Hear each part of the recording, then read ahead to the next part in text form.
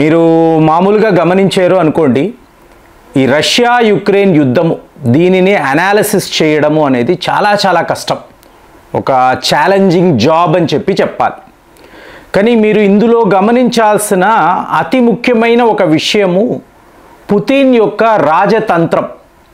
అంటే చుట్టుపక్కల ఇన్నిన్ని దేశాలు, అవి ప్రమాదకరమైన దేశాలు, అంతే కదండి. ఐరోపా అన్నప్పుడు జిత్తుల మారితనము అనేది చాలా ఎక్కువ. సో వాళ్ళతో పాటు అమెరికా లాంటి దేశము, దాని యొక్క అధ్యక్షుడు డొనాల్డ్ ట్రంప్.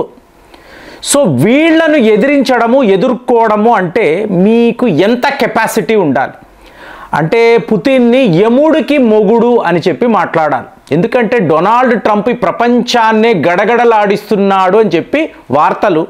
అలాంటి ట్రంప్ను ప్రతి ఒక్క సిచ్యువేషన్లో ఇరికించడం, అతన్ని నానా ఇబ్బంది పెట్టడము, అంటే ఇంకా చెప్పాలంటే రష్యా యొక్క ఎంప్లాయీ డొనాల్డ్ ట్రంప్ అనే విధంగా ప్రచారము చేయించడం, ఇది పుతిన్ యొక్క గొప్పతనం.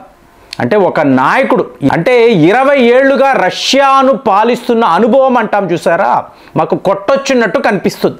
ఇప్పుడు చూడండి, ఎలాంటి ఒక స్ట్రాటజీ మీరు వర్కౌట్ చేయాలంటే ఈ ప్లేస్లో భారత్ ఉంటే ఎంత బాగుంటుంది, ఇది నేను ఆలోచించే విషయం. అంటే మనకు ఆ బలము, ఆ శక్తి ఆ భగవంతుడు ఇచ్చాడు అనుకోండి, మనము ఈ దేశాలతో ఒక ఆట ఆడుకుంటాము కదా. సో ఇది పుతిన్ చేస్తున్న పని. ఇప్పుడు చూడండి, న్యూ స్టార్ట్ అని అంటారు. ఈ స్టార్ట్ అనబడే పదం, సో దీని యొక్క అర్థము ఏమిటి అంటే స్ట్రాటజిక్ ఆర్మ్స్ రిడక్షన్ ట్రీటీ అంటారు, న్యూ స్టార్ట్.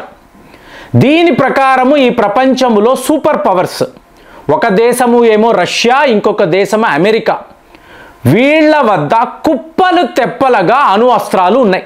అవునా? అంటే మీకు వాళ్ళ యొక్క ఈ న్యూక్లియర్ పైలప్, ఈ వార్త, ఈ డేటా చూస్తేనే భయంగా ఉంటుంది. ఎందుకు అంటే ఇన్నిన్ని అస్త్రాలను పెట్టుకొని ఎప్పుడో ఒకరోజు స్టీఫెన్ హాకింగ్ చెప్పినట్టు ఏదో ఒక సందర్భంలో వీళ్ళు వాడతారు. వీళ్ళు వాడారు అంటే అక్కడతో మానవ జాతి అనేది పూర్తిగా నశించిపోతుంది. అలాంటి ప్రమాదకరమైన దేశాలు రష్యా, అమెరికా. దాంతో ఇప్పుడు పుతిన్ గారి యొక్క రాజతంత్రం, ఈ ఆట చూడండి. ఈయన ఒక ప్రకటన చేశారు. అందులో పుతిన్ ఏం మాట్లాడుతున్నారు అంటే, మనము న్యూ స్టార్ట్ ఒప్పందం వేసుకున్నాము కదా, అంటే స్ట్రాటజిక్ ఆర్మ్స్ రిడక్షన్ ట్రీటీ, ఆయుధాలను తగ్గించాలి, మన వద్ద ఉండే అణు అస్త్రాలను తగ్గించుకోవాలి, ఇది కదా ఒప్పందం. దీనికి నాకు 1 సంవత్సరము పాటు టైం కావాలి. అంటే ఇప్పుడు ఉన్న ఈ అగ్రిమెంటును ఇంకొక సంవత్సరం పాటు పొడిగించండి, పోస్ట్పోన్ చెయ్యండి. అప్పుడు మనము కలిసి కూర్చొని మళ్ళీ ఒక ఒప్పందము వేసుకుందాము. ఇదే స్టేట్మెంట్ అంటే ఇప్పుడు మీరు చూసారనుకోండి, ఇప్పుడు న్యూక్లియర్ లాంచర్స్ అని మాట్లాడితే దగ్గర 700 లాంచర్స్. చూడండి, రష్యాలో వాళ్ళు ఎక్కడి నుంచైనా, ఇంకా చెప్పాలంటే మిత్రదేశం బెలారస్, అక్కడ కూడా మీకు రష్యా వాళ్ళ లాంచర్స్ ఉంటాయి. వీటిని పెట్టుకొని ప్రపంచ దేశాల మీద వాళ్ళు అణు అస్త్రాలు వాడగలరు, ఆ పవర్ వాళ్ళకి ఉంది. ఇంకొక వైపు చూశారు అనుకోండి, 1580 వార్ హెడ్స్ అంటే లిటరల్గా అణు ఆయుధాలు, వీటిని వాళ్ళు వాడగలరు. అంటే ఎంత ఒక పానిక్ సిచ్యువేషన్ చూడండి. చుట్టుపక్కల ఉండే దేశాలు ఎప్పుడు ఏం జరుగుతుందా, మనము భారత్లో సేఫ్గా కూర్చొని ఆహా ఇంతే కదా అనుకుంటాం. కానీ అదే మీరు రష్యాలో ఉన్నారు లేదా యూరోప్లో ఉన్నారు, సే ఫర్ ఎగ్జాంపుల్ మన మిత్రులు ఫ్రాన్స్లో, యూకేలో, స్పెయిన్లో, ఇటలీలో ఇక్కడ ఉంటారు కదా. సడన్గా ఒక అణు అస్త్రము వాళ్ళపై పడితే పరిస్థితి ఏంటి? ఆ పాయింట్ ఆఫ్ వ్యూలో చూశారు అనుకోండి, వణకడమే. ప్రతి ఒక్క దేశము కూడా రష్యాను చూసి వణుకుతున్నారు. ఈ పరిస్థితిలో పుతిన్ గారి ఆఫర్ చూడండి, ఇంకొక 1 ఇయర్ ఈ అగ్రిమెంట్ను పొడిగిద్దాం, తరువాత మనం నిర్ణయం తీసుకుందాం. అప్పుడు మీరు నేను కూర్చొని, అంటే డొనాల్డ్ ట్రంప్, వ్లాదిమిర్ పుతిన్ కూర్చొని సంతకాలు పెట్టుకుంటారు. ఈ 1 ఇయర్ అనే మాట ఉంది చూసారా, ఇక్కడేనండి పుతిన్ యొక్క మాస్టర్ మైండ్ ఏంటో అర్థమవుతుంది. ఇప్పుడు ఏమైంది, అమెరికా వాళ్ళు గోల్డెన్ డోమ్ అని చెప్పి ఒక ఎయిర్ డిఫెన్స్ సిస్టమ్ గురించి మాట్లాడుతున్నారు. అంటే ప్రపంచమంతా కూడా యుద్ధాలలో మునిగి తేలుతున్నప్పుడు అమెరికా మాత్రము సురక్షితంగా ఉండడానికి ఇజ్రాయెల్ వాళ్ళు ఎలాగైతే ఐరన్ డోమ్ అని మాట్లాడుతున్నారో అమెరికా వాళ్ళు గోల్డెన్ డోమ్ అని చెప్పి మాట్లాడుతున్నారు. ఇది డొనాల్డ్ ట్రంప్ గారి ఆలోచన. అంటే ఏదో ఒక సందర్భంలో రష్యాకు యూరోప్ మధ్య యుద్ధము వస్తే తనను తాను కాపాడుకునే ఒక ప్రక్రియ ఇది అమెరికా వాళ్ళు చేస్తున్నారు. ఎప్పుడైతే ఇది చేస్తున్నారో వాళ్ళు కొత్త రకమైన ఎయిర్ డిఫెన్స్ సిస్టమ్స్ తయారు చేయాలి కదా. సో ఇప్పుడు ఏమవుతుంది, 1 ఇయర్ ఎప్పుడైతే పుతిన్ గారు టైం అడుగుతున్నారో అమెరికా ఈ పని చెయ్యలేరు. ఒకవేళ డొనాల్డ్ ట్రంప్ లేదు మనము గోల్డెన్ డోమ్ అనే దాన్ని సిద్ధము చెయ్యాలి అని అన్నారు అనుకోండి, రష్యాకు ఫ్రీ హ్యాండ్ ఉంటుంది. సో నేను చెప్పింది నువ్వు వినలేదు కాబట్టి నేను నా ఆయుధాలను సిద్ధము చేసుకుంటాను, ఇంకా కూడా అణువస్త్రాలను తయారు చేస్తాను. అంటే ఇవాళ అందరూ మాట్లాడుతుంది టాక్టికల్ న్యూక్లియర్ వెపన్స్. ఇప్పుడు మీరు యుక్రెయిన్ని చూశారు అనుకోండి, ఒకప్పుడు యుఎస్ఎస్ఆర్ ఉన్నప్పుడు యుక్రెయిన్లో అత్యధిక శాతంలో అణువస్త్రాలు ఉండేవి. ఎప్పుడైతే దేశాలు విడిపోయాయో యుక్రెయిన్ వాళ్ళు ఏం చేశారు, తమ వద్ద ఉండే న్యూక్లియర్ వెపన్స్ అంతా రష్యా వాళ్లకు సరెండర్ చేశారు. సో సరెండర్ చేసి ఏ ఒక దేశము కూడా యుక్రెయిన్పై దాడులు చెయ్యకూడదు, ఇది ఒప్పందం. మరి ఇవాళ రష్యా వాళ్ళు అధిగమించారు కదా. సో ఈ ఒప్పందాన్ని వాళ్ళు పాటించలేదు కదా అంటే పుతిన్ గారు క్లియర్గా చెప్తున్నారు, ఎట్టి పరిస్థితుల్లో రష్యా యుక్రెయిన్పై దాడులు చెయ్యదు. ప్రొవైడెడ్ విత్ యుక్రెయిన్లో మీకు నాటో దళాలు అమెరికాకు సంబంధించిన సైనికులు కనిపిస్తే ఈ అగ్రిమెంట్ చెల్లుబాటు కాదు.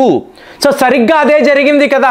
యుక్రెయిన్ వెళ్ళి నాటోలో జాయిన్ అవ్వాలి అనుకున్నారు కాబట్టే ఇవాళ మనము యుద్ధము గురించి మాట్లాడుతున్నాం. చూడండి ఎన్ని రకాలుగా మీరు ఆలోచించాలి. సో ఇప్పుడు ఈ టైంలో యుక్రెయిన్ వాళ్ళు ఏమంటున్నారు, అమెరికా నువ్వు నీ అణువస్త్రాలు మాకు ఇవ్వు, మేము రష్యాపై దాడులు చేస్తాము, అవసరమైతే మాస్కోపై మేము న్యూక్లియర్ వెపన్ వాడగలము. ఇలా జరిగింది అంటే మీకు చేతులు కాలేక ఆకులు పట్టుకోవడము అనేది ఉండదు కదండి. మీరు ఇంత ఆలోచిస్తే రష్యా వాళ్ళు మీకు ఎక్కడో ఆలోచిస్తారు. సో వాళ్ళ ఆలోచన విధానాలే వేరేలా ఉంటుంది. ఇప్పుడు పాకిస్తాన్లో పలానా తీవ్రవాది కాశ్మీర్పై దాడులు చెయ్యబోతున్నాడు అన్న ఇన్పుట్ వచ్చినా కూడా భారత్ ఇమీడియట్గా పాకిస్తాన్ మీద దాడులు చెయ్యాలి. రష్యా మోడల్ అంటే అంతే. అంటే మీకు నేరము జరిగిన తరువాత యాక్షన్ కాదు, నేరాన్ని ఆపడము. ఇది పుతిన్ ఆలోచించే విధానం. సో ఇప్పుడు ట్రంప్ గారికి ఆప్షన్ లేదండి. చూడండి ఎలాగా అతన్ని ఇరికించడం. ఇప్పుడు ఇతను తన సెనేటర్స్ దగ్గరికి వెళ్తాడు. పుతిన్ గారు ఇలా అంటున్నారు, మనకు ఏమో గోల్డెన్ డోమ్ కావాలి, ఇది చెయ్యాలి అంటే ఈ అగ్రిమెంట్ అనేది ఇమీడియట్గా రినివెల్కి పెట్టాలి, లేకపోతే రష్యా వాళ్ళు తమ ఆయుధాలు తయారు చేస్తూనే ఉంటారు, మనము ఆపలేము. ఇప్పుడు సెనేటర్స్ ఏం చెప్తారు, ఎందుకులే ఇప్పుడు మనము ఆయుధాలు తయారు చేసి వాళ్ళు అన్నప్పుడు ఈ అగ్రిమెంటే అక్కర్లేదు, న్యూ స్టార్ట్ అనబడే అగ్రిమెంటే అక్కర్లేదు కదా, కాబట్టి 1 సంవత్సరం మనం ఆగుదాము. చూడండి ఆ రాజతంత్రం ఎందుకు అంటున్నానంటే అమెరికాను ఆపేయడం. అమెరికా వాడు డొనాల్డ్ ట్రంప్ రష్యా విషయంలో ఏమీ చెయ్యలేరు. సో ఇప్పుడు యూరోప్ అన్నారనుకోండి, వీళ్ళు అమెరికా మీదే కదా ఆధారపడి ఉంటారు. ఎందుకంటే వీళ్ళు డైరెక్ట్గా వెళ్ళి రష్యాతో యుద్ధము చెయ్యలేరు, వీళ్ళు అమెరికా మీదే డిపెండ్ అవుతారు. కానీ అక్కడ అమెరికానే ఇతను ఫిక్స్ చేస్తున్నాడు. చూడండి ఆయన టెస్టింగ్ చేస్తున్నాడు. ఒక విమానం పోలాండ్ మీద, ఇంకొక విమానం ఈస్టోనియా మీద, మొన్న ఒక విమానం ఫిన్లాండ్. ఏం చేయగలరు నాటో దేశాలు? మీరు మమ్మల్ని ఏం చెయ్యగలరు? ఒకవేళ మీరు మా మీద యుద్ధము ప్రకటిస్తే అప్పుడు ఈ న్యూ స్టార్ట్ అనబడే అగ్రిమెంటే ఉండదు.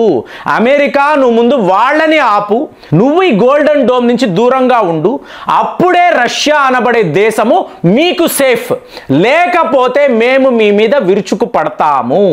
ఇది పుతిన్ యొక్క ఒక మాస్టర్ ప్లాన్ అండి. దీన్నే పుతిన్ రాజతంత్రము, 20 ఏళ్ల అనుభవం అని చెప్పి ఇవాళ ప్రపంచ స్థాయిలో మాట్లాడుతున్నారు. మరి ఇన్ని దేశాలను ఈ రకంగా ఫిక్స్ చేయడం, మీరు మీ బలాన్ని నమ్ముకున్నప్పుడు మీకు ఉండే అడ్వాంటేజ్ ఏమిటో పుతిన్ని చూసి నేర్చుకోవాలని నాకు అనిపించింది. మరి మీ ఆలోచనలు ఎలా ఉన్నాయి కామెంట్స్లో రాయండి. మళ్ళీ వచ్చే వీడియోలో కలుద్దాం. జై హింద్.